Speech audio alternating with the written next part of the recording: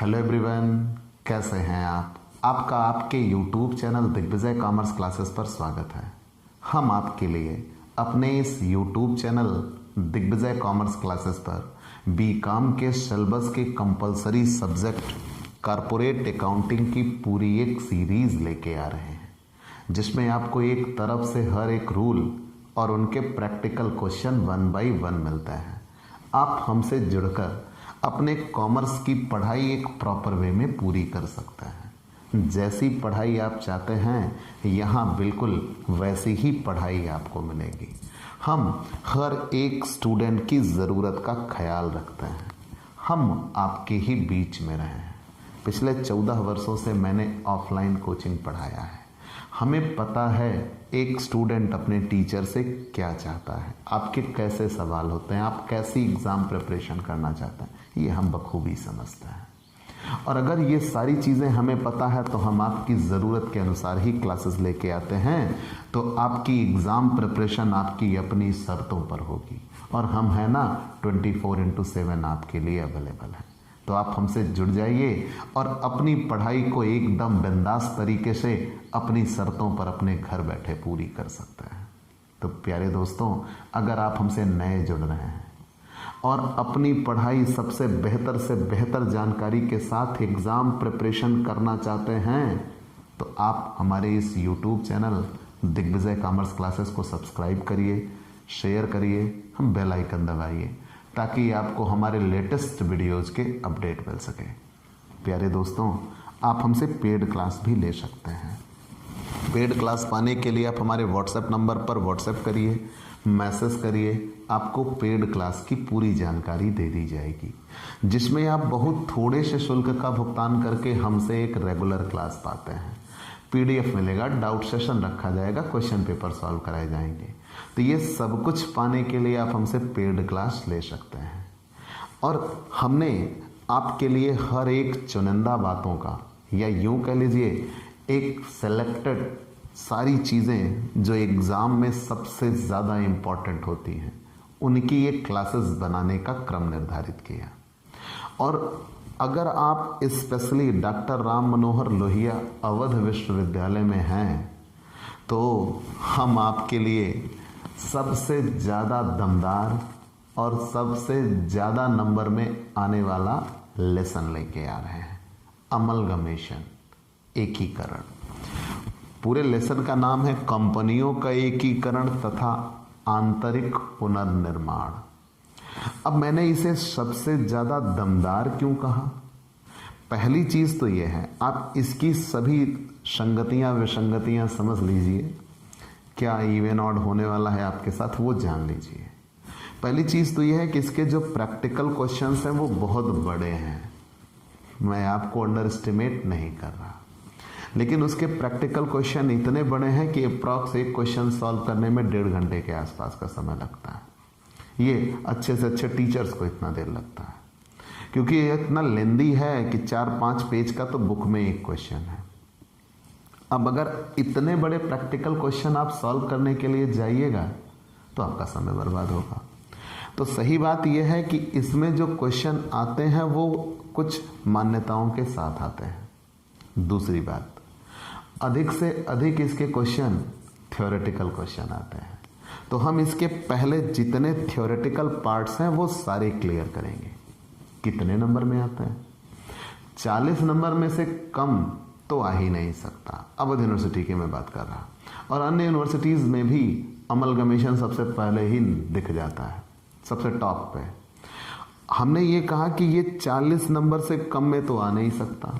50 number में, 52 number में, और एक वर्ष तो ये 62 नंबर तक में अमलगमेशन आया है, जिसमें केवल एक न्यूमेरिकल क्वेश्चन, बाकी सारे थ्योरेटिकल क्वेश्चन थे। तो प्यारे दोस्तों, अगर आप ये यूं कह लीजिए कि केवल एक लेसन से पास होना चाहते हैं तो वो अमलगमेशन ही है। अमलगमेशन आपको पासिंग मार्क्स से ज़्यादा अकेले एक लेसन ही दिला सकता है। तो आइए हम आज शुरुआत करते हैं अमलगमेशन की या एकीकरण की।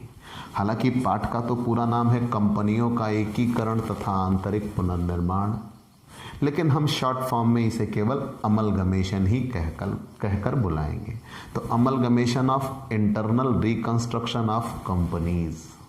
ठीक, अब जानिए ये अमलगमेशन होता क्या है।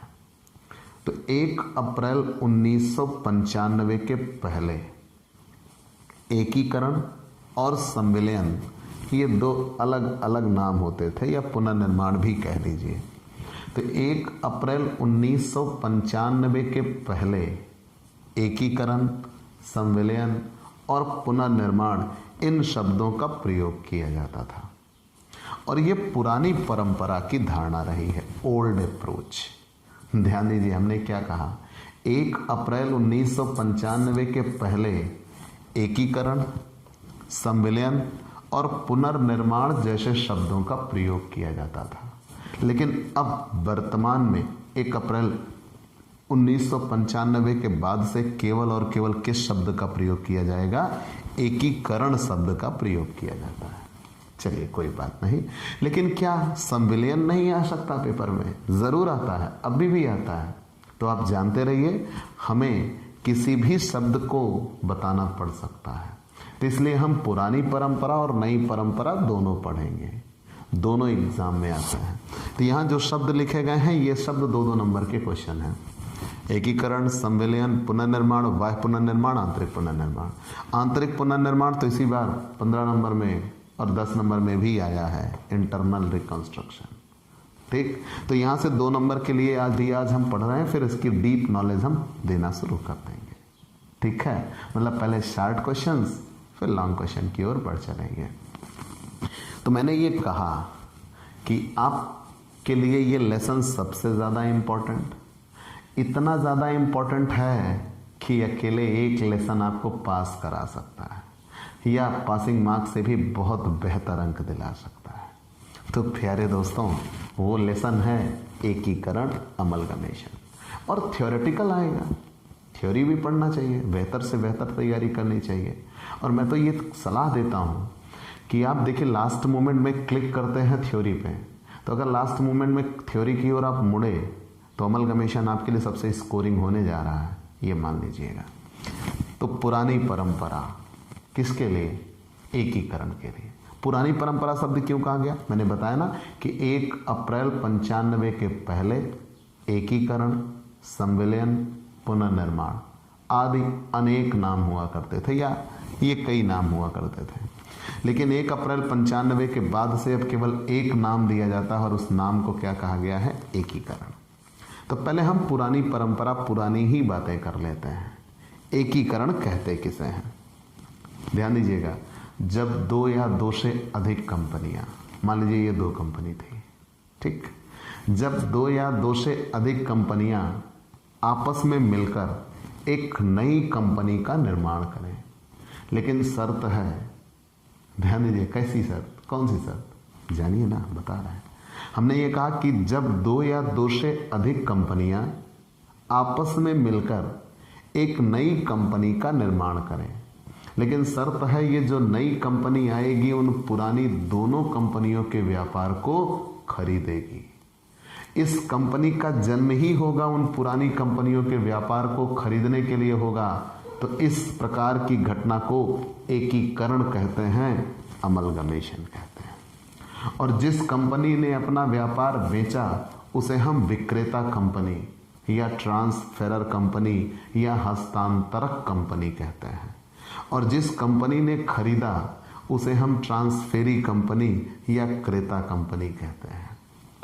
चलिए, ये बातें तो बाद में मिलेंगी, लेकिन हाल फिलहाल यहाँ भी जानिए, ओल्ड अप्रोच में सिर्फ इतना कि जब 2 या 2 से अधिक कंपनियां आपस में मिलकर एक नई कंपनी को जन्म दें, लेकिन ये शर्त है वो नई कंपनी उन पुरानी दोनों कंपनियों के व्यापार को क्रय कर लेगी, तब इस घटना को ही एकीकरण कहते हैं। इसमें विशेष बातें क्या होती हैं? विशेष बात यह होती है कि एक नई कंपनी को जन्म दिया जाता है और विद्यमान दोनों कंपनियों का समापन हो जाता है, और जो नई कंपनी आती है वो पुरानी दोनों कंपनियों के व्यापार को खरीदती है। इस घटना को ही एकीकरण कहा जाता है। समझ गए ना? बिल्कुल। फिर से जान लीजिए। मैंने ये कहा कि दो कंपनियां थी।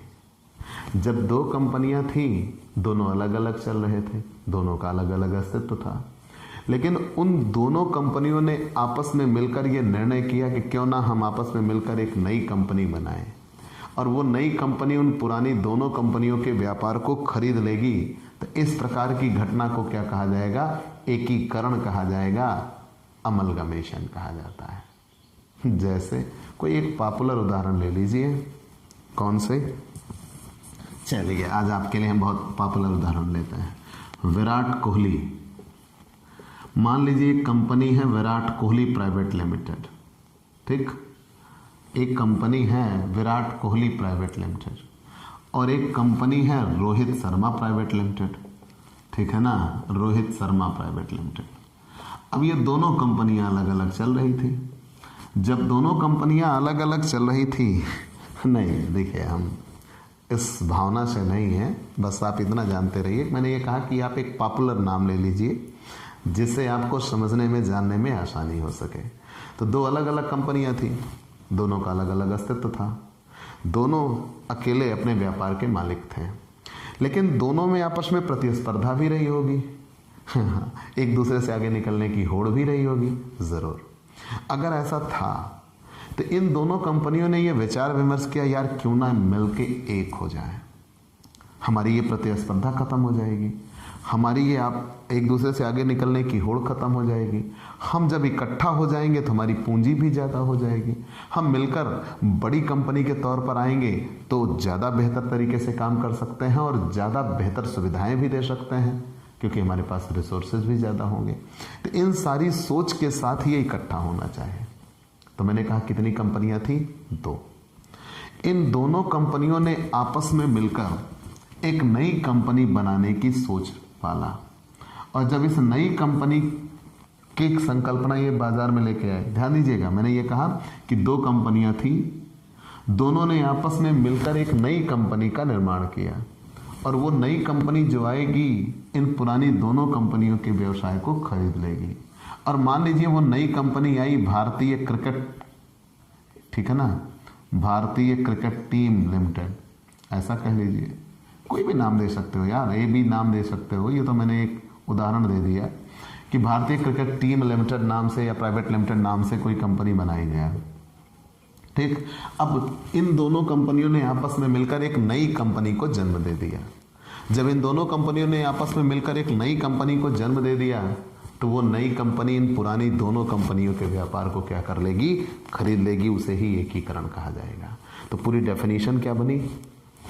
जब दो कंपनियां आपस में मिलकर एक नई कंपनी को जन्म देती हैं और वो नई कंपनी उन पुरानी दोनों कंपनियों के व्यापार को खरीद लेती है और वो नई कंपनी उन पुरानी दोनों कंपनियों के व्यापार को खरीद लेगी, केवल नई कंपनी अस्तित्व में रह जाएगी और पुरानी कंपनियों का अस्तित्व समाप्त हो जाएगा। उसे एकीकरण कहा जाता था। संविलियन क्या है? मर्जर, ठीक है ना, मर्जर, एब्जॉर्प्शन। मर्जर शब्द अब ना इस्तेमाल करिएगा, एब्जॉर्प्शन। संविलियन, एब्जॉर्प्शन किसे कहता है? बिल्कुल वैसा ही, लेकिन यहां दो कंपनियां थी, एक अस्तित्व में मजबूत कंपनी थी, दूसरी कमजोर या बीमार कंपनी रही होगी। लेकिन जब मान लीजिए एक मजबूत कंपनी, सुदृढ़ कंपनी थी, वो किसी दूसरी कंपनी को खरीद ले और अपने में मिला ले और उसके अस्तित्व को ही समाप्त कर दे। तो जैसे यहां पे मैंने ये कहा था कि दो कंपनी थी, उन दो कंपनियों ने आपस में मिलकर एक नई कंपनी को जन्म दिया। लेकिन अगर यहीं पे मैं ये कहूं कि ऐसा ना हो कि मान लीजिए दो कंपनी हो, दो कंपनी में जैसे कोई नाम ले लीजिए आप, मान लीजिए आप ए लिमिटेड और बी लिमिटेड दो कंपनी थी, ठीक, दोनों का अलग अलग अस्तित्व था। लेकिन बाद में ए ने बी को खरीद लिया। जब ए ने बी को खरीद लिया तो ए बी के अस्तित्व को ही समाप्त कर दे और उसको अपने में मिला ले। तो जब ए बी को अपने में मिला लेगी तो उसी दिन बी का अस्तित्व समाप्त हो गया। तो जब ए ने बी को अपने में मिला लिया और उसको सहयोगी भी बना के नहीं छोड़ा। ध्यान दीजिए मैंने ये कहा कि दो कंपनियां थी, दोनों का अलग अलग अस्तित्व था उनमें से एक कंपनी किसी दूसरी कंपनी का क्रय कर ले और उसको अपने में मिला ले, उसका अस्तित्व समाप्त कर दे। तो यहां अभी तक कितनी कंपनियों का अस्तित्व था? 2। अब केवल कितनी कंपनी का अस्तित्व बचेगा? 1। और किसी नई कंपनी का जन्म भी नहीं होगा। तब इस घटना को क्या कहा जाएगा? संविलियन कहा जाएगा। तब इस घटना को संविलियन कहा जाएगा। मतलब आप ऐसा सीधा बात कहिएगा कि जब एक सुदृढ़ कंपनी, मजबूत कंपनी अपने वित्तीय स्रोतों का प्रयोग करके किसी बीमार कंपनी को खरीद ले, उसको अपने में मिला ले और उसको अपने में मिलाने के बाद उसका अस्तित्व समाप्त कर दे, तब उसे ही क्या कहा जाता है? संविलियन कहा जाता है, एब्जॉर्प्शन कहा जाता है। ठीक, एब्जॉर्प्शन कहा जाता है। चलिए मान लिया। अब इसमें ये जब एब्जॉर्प्शन होगा तो किसी नई कंपनी को जन्म नहीं दिया जाएगा, पुरानी कंपनियों में से एक कंपनी का अस्तित्व समाप्त हो जाएगा, एक कंपनी का अस्तित्व बना रहेगा। ठीक, ये इतनी तो जान लिया हमने। और यहाँ ये भी कहा गया अवशोषक कंपनी का अस्तित्व बना रहता है। जो कंपनी किसी दूसरे को अपने में मिलाती है उसे अवशोषक कंपनी कहते हैं। ठीक, अवशोषक कंपनी, एब्जॉर्बिंग कंपनी, और जो कंपनी दूसरे में जाके मिल जाती है उसे अवशोषित कंपनी कहते हैं, एब्जॉर्ब कंपनी कहा जाता है। ठीक, मतलब ये इनका अस्तित्व समाप्त हो रहा है, ये अवशोषित कंपनी है, और जिसमें जाके ये मिल जा रहे हैं उन्हें क्या कहा जाएगा? अवशोषक कंपनी कहा जाएगा। ठीक, तो अवशोषक कंपनी का अस्तित्व बना रहता है और अवशोषित कंपनी का अस्तित्व समाप्त हो जाता है। तो हम एक फ्लैशबैक में चलते हैं, आपको ले चलते हैं। अमलगमेशन, एकीकरण। तो हमने कहा ना कि पहले 1 अप्रैल 1995 के पहले एकीकरण, संविलियन, पुनर्निर्माण आदि अनेक नाम हुआ करते थे। ये विभिन्न नाम हुआ करते थे, लेकिन 1 अप्रैल 95 के बाद से केवल एक संकल्पना रही है एकीकरण की। लेकिन हम पहले सबके कॉन्सेप्ट समझ लेते हैं। तो एकीकरण होता क्या है? तो मैंने बताया ना कि जब 2 या 2 से अधिक कंपनियां, 2 अलग अलग कंपनी थी, दोनों ने आपस में मिलकर एक नई कंपनी को जन्म दिया, और वो जो नई कंपनी आएगी उन पुरानी दोनों कंपनियों के व्यापार को खरीदेगी, तो उसे ही क्या कहा जाएगा?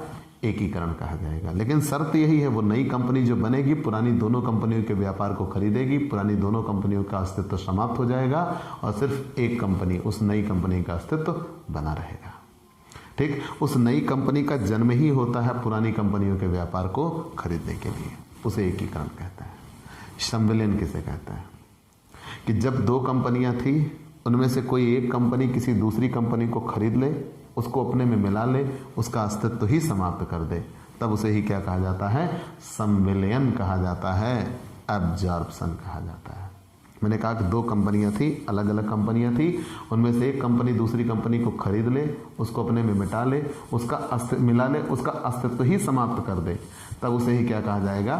संविलियन कहा जाएगा। ऐसा कौन कंपनी कर सकती है? मजबूत या सुदृढ़ कंपनी किसी बीमार कंपनी को आपस में मिला लेती है। ठीक, तब उसे ही क्या कहा जाता है? संविलियन कहा जाता है।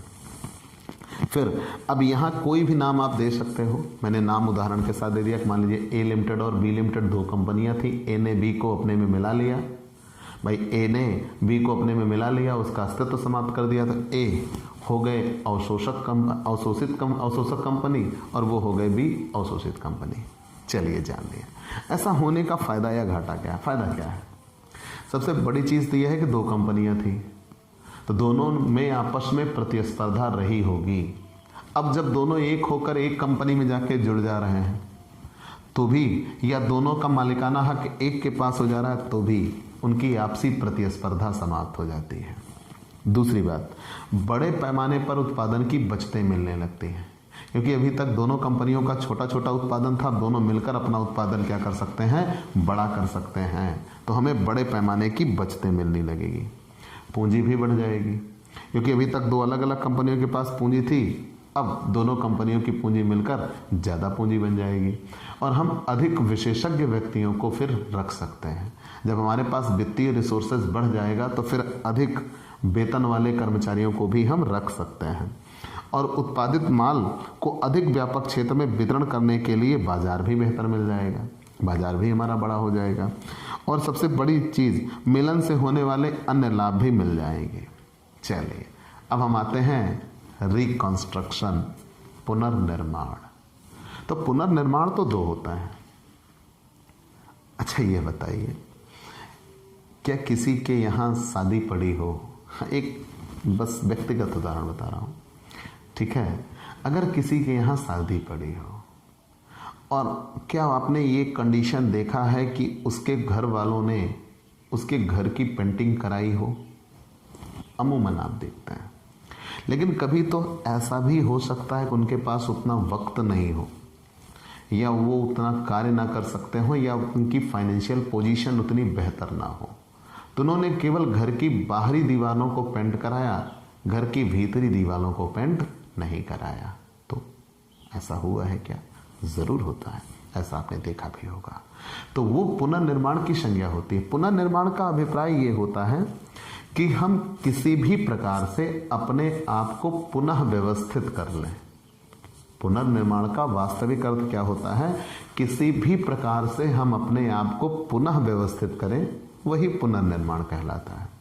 चाहे हम आंतरिक रूप से और चाहे हम बाह्य रूप से।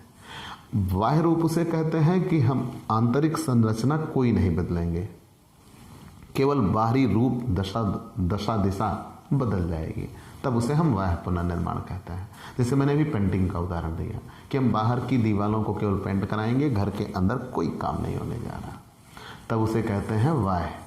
लेकिन यहाँ आप पेंटिंग की बात नहीं करिएगा, यहाँ सिर्फ इतनी बात करिएगा कि जब मान लीजिए कोई एक कंपनी थी, बाह्य पुनर्निर्माण किसे कहेंगे? वो अपने आप को पुनः व्यवस्थित करना चाहती है, संगठित करना चाहती है। तो अपने आप को पुनः व्यवस्थित करने के लिए वो भीतरी संरचना में कोई परिवर्तन ना करे और बाहरी रूप से अपने आप को तैयार करे, संगठित करे, तब उसे बाह्य पुनर्निर्माण कहिएगा। आंतरिक पुनर्निर्माण में किसे कहेंगे? बाहरी संरचना तो बिल्कुल वही रहेगी, लेकिन यहाँ आंतरिक संरचना उसकी क्या हो जाएगी? बदल जाएगी, उसे आंतरिक पुनर्निर्माण कहते हैं। तो मतलब आपको कितने मिल जाएंगे? दो। तो पुनर्निर्माण क्या होता है? तो हमने पहले ही बताया, वास्तविकता में एकीकरण और सम्मिलन, एब्जॉर्प्शन और अमलगमेशन, इन दोनों ही कॉन्सेप्ट से ये भिन्न प्रकृति का होता है। इसका उद्देश्य कंपनियों को आपस में मिलना नहीं होता, बल्कि यह विद्यमान कंपनी द्वारा जिसे बहुत अधिक हानियां हो चुकी हैं, इन हानियों को अपलिखित करने के लिए स्वयं को पुनः संगठित करना है। और स्वयं को पुनः संगठित करने के कितने तरीके ये बता सकते हैं? दो तरीके बता सकते हैं। ठीक, तो हमने बार बार आपसे कहा पुनर्निर्माण कहते किसे हैं? भाई आप बताइए, कोई एक चीज पहले से बन चुकी है, उसे निर्माण कहते हैं। और अगर अब उसमें हम अपनी ज़रूरत के अनुसार फिर से कुछ परिवर्तित कराने जा रहे हैं या बदलने जा रहे हैं, तब उसे क्या कहा जाएगा? पुनर्निर्माण कहते हैं। ठीक, जैसे मान लीजिए आपके बाबूजी ने मकान बनवाया और आप उसमें 2 गुसल खाने बनवा रहे हैं। गुसल खाने जानते हैं ना, बाथरूम। तो मान लीजिए आप उसमें 2 गुसल खाने बनवा रहे हैं, तो जब आप उसमें 2 बाथरूम बनवा रहे हैं तो ये निर्माण में आएगा, पुनर्निर्माण में आएगा। या मान लीजिए वो पहले से बना था, आप उसका कुछ टाइल्स वगैरह फिर से निकलवा के फिर से लगवा रहे हैं, नए सिरे से वेस्टर्न मोड में आ रहे हैं, तो वो पुनर्निर्माण कहलाता है। तो मैंने यहाँ ये कहा, तर्क ये दिया कि सबसे पहली चीज़, कंपनियों को अधिक लॉस हो चुका होगा, तो कंपनियां क्या करेंगी? अपने व्यापार को फिर से संगठित करने का प्रयास करेंगे। तो जब वो अपने व्यापार को फिर से संगठित करने का प्रयास करेंगे, तो उसके लिए वो पुनर्निर्माण कहलाता है। जब वो संगठित होने का प्रयास करते हैं, तो वो आंतरिक रूप से भी हो सकता है और वो बाह्य रूप से भी हो सकता है। ठीक, तो ये अमलगमेशन और एब्जॉर्प्शन दोनों से अलग होता है रिकंस्ट्रक्शन। ठीक, इसमें किसी नई कंपनी मतलब का जन्म नहीं होता, कोई कंपनी किसी दूसरी कंपनी को खरीदती भी नहीं है। बस मुख्यतः कोई कंपनी दूसरी कंपनी को विशेषता नहीं खरीदती, लेकिन हाँ, खरीदने का क्रम में यहाँ आ भी सकता है, आप ऐसा कह सकते हैं। इसका उद्देश्य कंपनियों का आपस में मिलना नहीं है, इसका उद्देश्य कंपनियों का आपस में मिलना नहीं है। हाँ, इसका उद्देश्य ये होता है कि उनको हानियां हो चुकी हैं, उन हानियों को अपलिखित करना है और अपने आप को पुनः संगठित करना है। बाह्य पुनर्निर्माण किसे कहते हैं? जब किसी कंपनी को बहुत अधिक हानियां हो चुकी हों और अपने वर्तमान नाम से उसको अपना व्यापार संचालित करने में कठिनाई हो रही हो। पूरी बात समझिएगा। जब किसी कंपनी को बहुत अधिक हानियां हो चुकी हों और उसको अपने वर्तमान नाम से अपने व्यापार को संचालित करने में कठिनाई हो रही हो, तब वो अपनी कंपनी को बेच देगी और उसी कंपनी के नाम से मिलती जुलती कंपनी उसके व्यापार को खरीदेगी और प्रायः उस कंपनी के सदस्य भी वही होंगे जो पुरानी कंपनी के ही सदस्य थे। ध्यान दिया मैंने क्या कहा कि जब एक कंपनी को बहुत अधिक हानियां हो चुकी हो और उसे अपने व्यापार को संचालित करने में बहुत अधिक कठिनाइयों का सामना करना पड़ रहा हो, तो वो अपनी कंपनी को किसी एक नई कंपनी को बेच देगी और जिस कंपनी का नाम उस पुरानी कंपनी से मिलता जुलता होगा, उसके द्वारा उनके व्यापार को खरीद लिया जाएगा। जब उसके द्वारा उसके व्यापार को खरीद लिया जाएगा, ध्यान दीजिएगा, उसके द्वारा उसके व्यापार को खरीद लिया जाएगा, तो उसे ही बाह्य पुनर्निर्माण कहते हैं। तो पूरी बात क्या बनी? पूरी बात क्या बनी?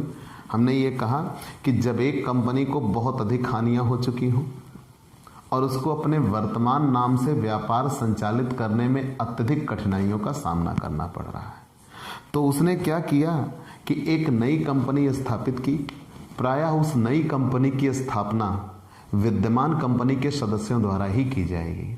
मतलब उस कंपनी के सदस्य भी वही होंगे जो पुरानी कंपनी के सदस्य थे और उन्होंने एक नई कंपनी बनाया और उस नई कंपनी ने उस पुरानी कंपनी को खरीद लिया। तो उसकी हानियां सब अपलिखित हो जाएंगी। हम नए नाम से बाजार में आएंगे और नए नाम से व्यापार चलाने में हमें कोई दिक्कत नहीं होगी। तो इसके लिए उदाहरण था, आसाम टी कंपनी ने अपने व्यापार को न्यू आसाम टी कंपनी को बेच दिया। आसाम टी कंपनी के स्थान पे हम क्या लेके आ गए? New Assam T company. Clear? तो वह पुनर्निर्माण में कहीं कोई दिक्कत?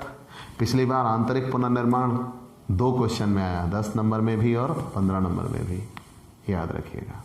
तो पहले बाह्य पुनर्निर्माण क्या है जान लिया ना, कि यह एकीकरण का काफी मिलता जुलता स्वरूप है।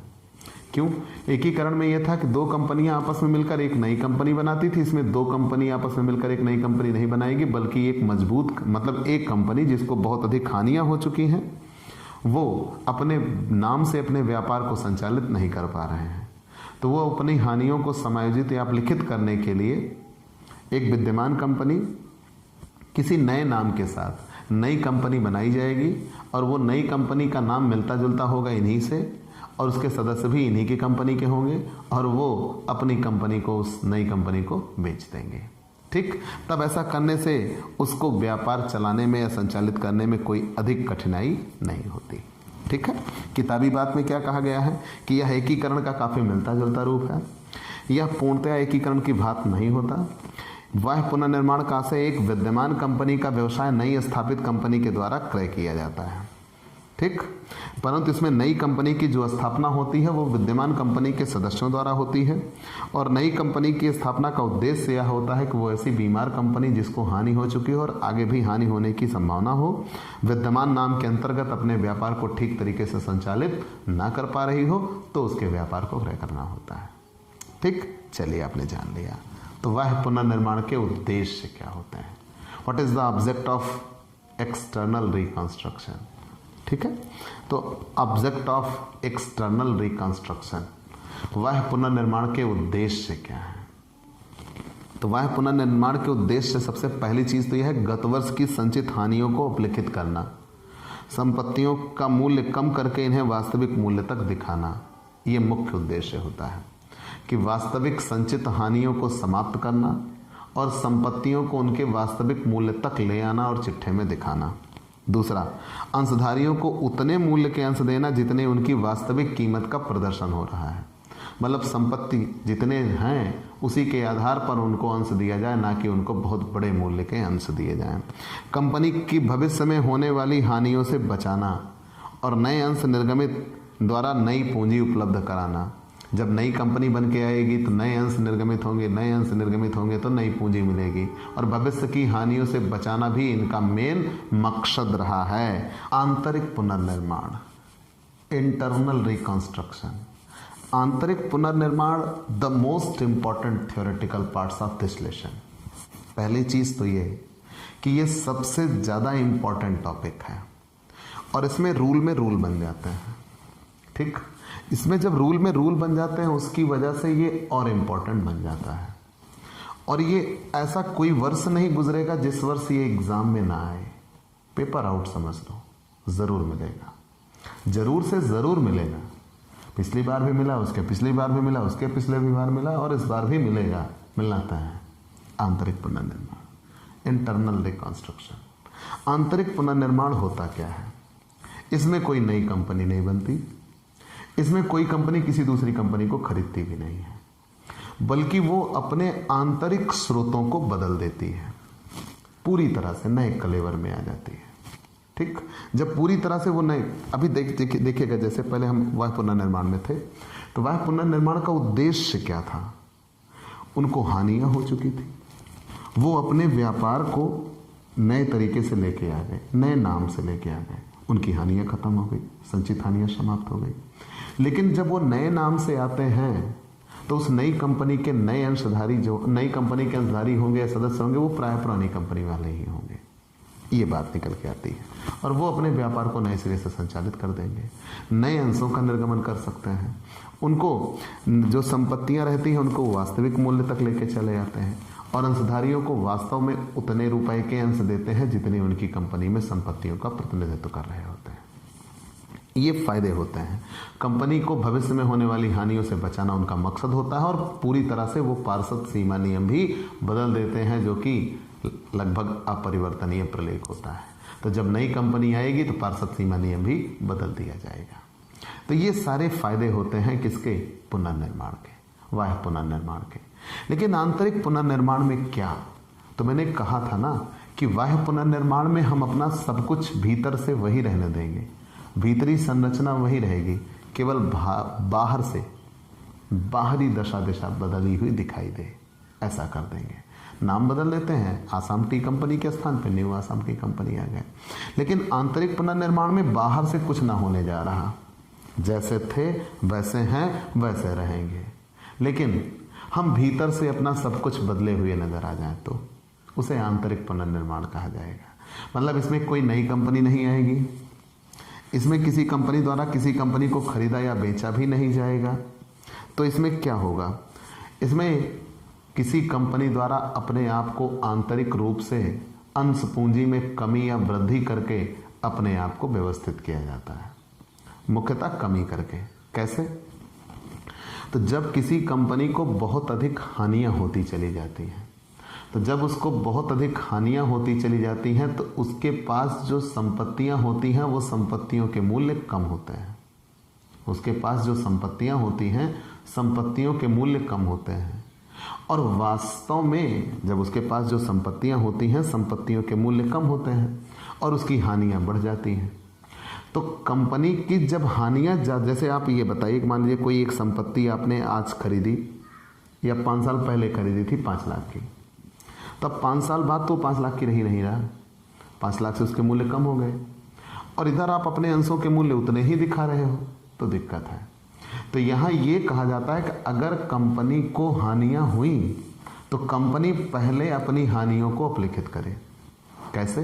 तो संपत्तियों को उनके उसके वास्तविक मूल्य तक लेके आए, depreciation after depreciation, depreciation after depreciation, संपत्तियों को उनके वास्तविक हराशित मूल्य तक लेके आए।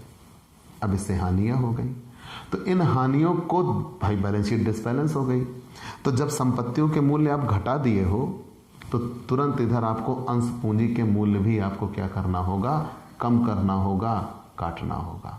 तो जब आप अंश पूंजी भी घटा देते हो तब उसे ही आंतरिक पुनर्निर्माण कहा जाता है। मतलब मैंने आपको ये कहा कि जब, बहुत ध्यान से पढ़िएगा, ये टेक्निकल पार्ट है, कि जब कभी कंपनी को बहुत अधिक हानियां हो, तो जब कंपनी को बहुत अधिक हानियां हो तो कंपनी ने ये निर्णय लिया कि क्यों ना हम अपने आप को आंतरिक रूप से पुनः व्यवस्थित करते हैं, संगठित करते हैं। तो कंपनी ने उस जगह पे मकसद ये बनाया कि हम अपनी कंपनी की जो संपत्तियां हैं, चूंकि उनके मूल्य गिरे हैं, कम हुए हैं, तभी तो हमें हानियां हुई हैं, तो जब उनके मूल्य गिरे हैं तो हम उनको उनके वास्तविक मूल्य तक लेके आए, मतलब वो कितने के थे उस पर न दिखा के वर्तमान में वो कितने के हैं उस पर दिखाएं। हम उनको उनके वास्तविक मूल्य तक लेके आते हैं। तो जब हम उनको उनके वास्तविक मूल्य तक लेके आते हैं तो कंपनी को हानियां हो गई। तो इन हानियों को अपलिखित कर दिया जाए, इसके लिए हमें तुरंत अंश पूंजी भी घटाना होगा, क्योंकि बैलेंस शीट के दोनों पक्ष बराबर होने चाहिए। तो संपत्तियों को तो हमने घटा दिया, अगर हम अंश पूंजी को नहीं घटाएंगे तो फिर कंपनी के दोनों पक्ष बराबर नहीं दिखेंगे। तो हमें उसको उसके वास्तविक मूल्य तक लाने, और चूंकि संपत्तियों के मूल्य कम हो गए इसलिए अंश पूंजी को भी कटौती कर दी जाएगी। तो ऐसी कंपनियां जिनकी बहुत अधिक संचित हानियां हैं और जिनके संपत्तियों के पुस्तकीय मूल्य इनके वास्तविक मूल्य से अधिक हैं, ऐसी पूंजी कटौती योजना का इस्तेमाल करती है। ठीक, और इसे ही आंतरिक पुनर्निर्माण कहा जाता है। तो मैंने आपसे ये कहा कि जब कभी कंपनी अपनी बाहरी संरचना में कोई परिवर्तन ना करे लेकिन अपनी भीतरी संरचना पूरी तरह से बदल के रख दे, तब उसे ही आंतरिक पुनर्निर्माण कहते हैं। तो जब कंपनी को बहुत अधिक हानियां हो जाती हैं तो कंपनी अपनी हानियों को समाप्त करेगी, मतलब उनके हानियों को फिर दिखाएगी नहीं। चिट्ठे में आप दिखाते रहिए, जैसे ये मान लीजिए ये बैलेंस शीट है, तो अगर बैलेंस शीट है तो बैलेंस शीट में आप संपत्तियों को उनके वास्तविक मूल्य तक लेके आइए। तो जैसे जैसे आप संपत्तियों के मूल्य घटाते जाते हो इधर आपको प्रॉफिट लॉस दिखाना पड़ता है, तभी बैलेंस शीट के दोनों पक्षों का जोड़ बराबर होता है। तो जब आप प्रॉफिट लॉस बढ़ाते चले जाओगे, बार बार बढ़ाते चले जाओगे, तो आपकी कंपनी से लोगों का भरोसा टूटने लगेगा कि भैया इनको बहुत ज़्यादा हानियाँ हैं, इनके व्यापार में क्यों पैसा लगाना, ये उचित नहीं होगा। तो आप ये करोगे कि हम इन हानियों को अब नहीं दिखाएंगे, खत्म कर रहे हैं। तो हम इन हानियों को ना दिखाने का मतलब यह है कि इनको इनके वास्तविक मूल्य तक लेके आ जाओ। संपत्तियाँ जितने रुपए की हैं आप उतने पे दिखा दो, इधर आप पूंजी भी दिखाओ, कटाओगे, क्योंकि जब तक पूंजी आप नहीं घटाओगे तब तक दोनों पक्षों का जोड़ बराबर नहीं होगा। तो इनको इनके वास्तविक मूल्य तक दिखाओ और इधर पूंजी में ही आप क्या कर दो, कटौती कर दो, तब बैलेंस शीट के दोनों पक्षों का जोड़ क्या हो जाएगा, बराबर हो जाएगा। तो जब कभी कंपनी ऐसा प्रयोग करती है तब उसे ही क्या कहा जाता है, आंतरिक पुनर्निर्माण कहा जाता है।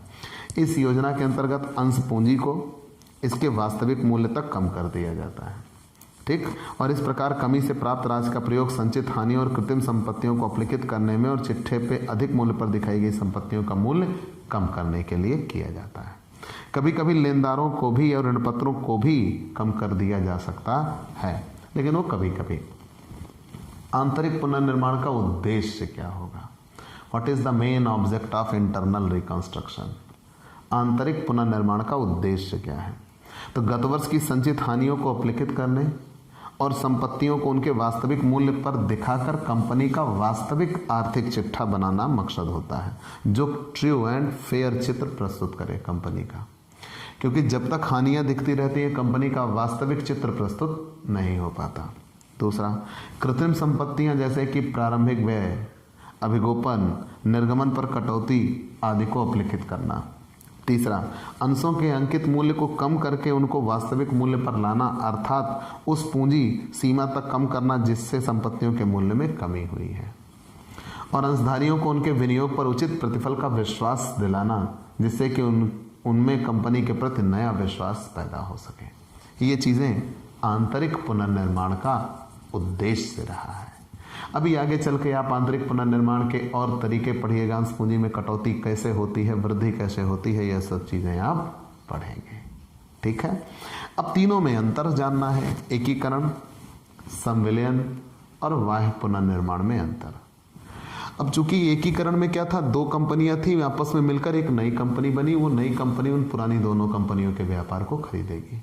मतलब इसमें किसी एक नई कंपनी का जन्म होता है। वो नई कंपनी पुरानी दोनों कंपनियों को खरीदती है, पुरानी दोनों कंपनियों का अस्तित्व समाप्त कर देती है। यहाँ कोई नई कंपनी नहीं बनती, दो कंपनी थी, एक कंपनी दूसरे को खरीदेगी, उसको अपने में मिला लेगी, उसका अस्तित्व समाप्त कर देगी, तब उसे क्या कहा गया है, संविलयन कहा गया है। और इसमें बाह्य पुनर्निर्माण में एक कंपनी प्रायः उसके ही सदस्यों द्वारा नए नाम से, मिलते जुलते नाम से एक नई कंपनी को जन्म दिया जाता है और वो नई कंपनी उस पुरानी वाली कंपनी को खरीद रही होती है, तब उसे क्या कहा जाता है, बाह्य पुनर्निर्माण कहा जाता है। ठीक, तो ये चीज़ें आप अंतर में जानते हो। समापन, आपस में समामेलित दो इनका अंतर का आधार क्या है, तीनों में अंतर का आधार क्या है। अगर आपस में समामेलित दो या दो से अधिक कंपनियां मिलकर एक नई कंपनी को जन्म दें तो उन दोनों कंपनियों का समापन हो जाता है। इसमें एक कंपनी का समापन होता है और एक कंपनी का अस्तित्व बना रहता है। इसमें एक कंपनी का अस्तित्व समाप्त हो जाएगा और उसके सदस्यों द्वारा ही एक मिलती जुलते नाम से एक नई कंपनी का जन्म होगा। ठीक, ये चीज़ें आगे बढ़ जाते हैं। नई कंपनी का जन्म, इसमें नई कंपनी का जन्म होता है, इसमें नई कंपनी का जन्म होता है, लेकिन सम्मेलन में किसी नई कंपनी का जन्म नहीं होता। उद्देश्य, इनका मुख्य उद्देश्य होता है आपसी प्रतिस्पर्धा को कम करना। इनका भी मुख्य उद्देश्य पूरक उद्योगों को प्रमुख औद्योगिक कंपनियों में मिलना, अर्थात सहायक सूत्रधारी कंपनियों में सम्मेलन। लेकिन इनका उद्देश्य क्या होता है, अपनी हानियों को संचित करना। अब कंपनी अपनी पुरानी हानियों व कृत्रिम संपत्तियों को अपलिखित करने हेतु वह पुनर्निर्माण करती है। अंशधारी, इसमें नई कंपनी के अंशधारी वही व्यक्ति होते हैं जो पुरानी कंपनी के सदस्य थे, लेकिन यहाँ क्रेता कंपनी के अंशधारी प्रारंभ से ही होते हैं, अतः विक्रेता कंपनी के अंशधारी क्रेता कंपनी के सदस्य नहीं बनते। और तीसरा, इसमें नई कंपनी के अंशधारी वही व्यक्ति होते हैं जो प्रायः पुरानी कंपनी के सदस्य थे। कंपनियों की दशा, इसमें एकीकरण होने वाली कंपनियां प्रायः एक ही प्रकार की होती हैं, ठीक है ना, प्रायः एक ही प्रकार की होती हैं। इसमें सम्मेलन में क्रेता कंपनी की आर्थिक दशा विक्रेता कंपनी की तुलना में अधिक अच्छी होती है। मतलब एक मजबूत सुदृढ़ कंपनी किसी दूसरी कंपनी को क्रय करती है। जब एक मजबूत सुदृढ़ कंपनी किसी दूसरी कंपनी को क्रय करती है तो ये कहा जाएगा कि एक मजबूत कंपनी किसी बीमार कंपनी को क्रय करेगी। और इसमें पुरानी कंपनी की आर्थिक दशा बहुत खराब होती है, उसके स्थान पर एक नई कंपनी आती है, नए नाम से आती है, तब उसे हम क्या कहते हैं, बाह्य पुनर्निर्माण कहते हैं। चलिए, हमने ये इतना बता दिया आपको। फिर हम आएंगे नई परंपरा की ओर। तो ये पुरानी परंपरा थी, तो पहले आप पुरानी परंपरा पढ़ लीजिए, फिर हम नई परंपरा की ओर बढ़ चलेंगे, क्योंकि बीच में फिर ब्रेक होना मतलब मज़ा नहीं आना। हम एक तरफ से चलेंगे, बेहतर होगा। तो प्यारे दोस्तों, आपको ये क्लास कैसी लगी हमें ज़रूर बताइएगा। आपके लाइक और कमेंट का इंतज़ार रहेगा। आप हमसे पेड क्लास ले सकते हैं। पेड क्लास पाने के लिए आप हमारे व्हाट्सएप नंबर पर व्हाट्सएप करिए, मैसेज करिए, आपको पेड क्लास की पूरी जानकारी दे दी जाएगी, जिसमें आप बहुत थोड़े से शुल्क का भुगतान करके हमसे एक रेगुलर क्लास पाते हैं। PDF मिलेगा, डाउट सेशन रखा जाएगा, क्वेश्चन पेपर सॉल्व कराए जाएंगे।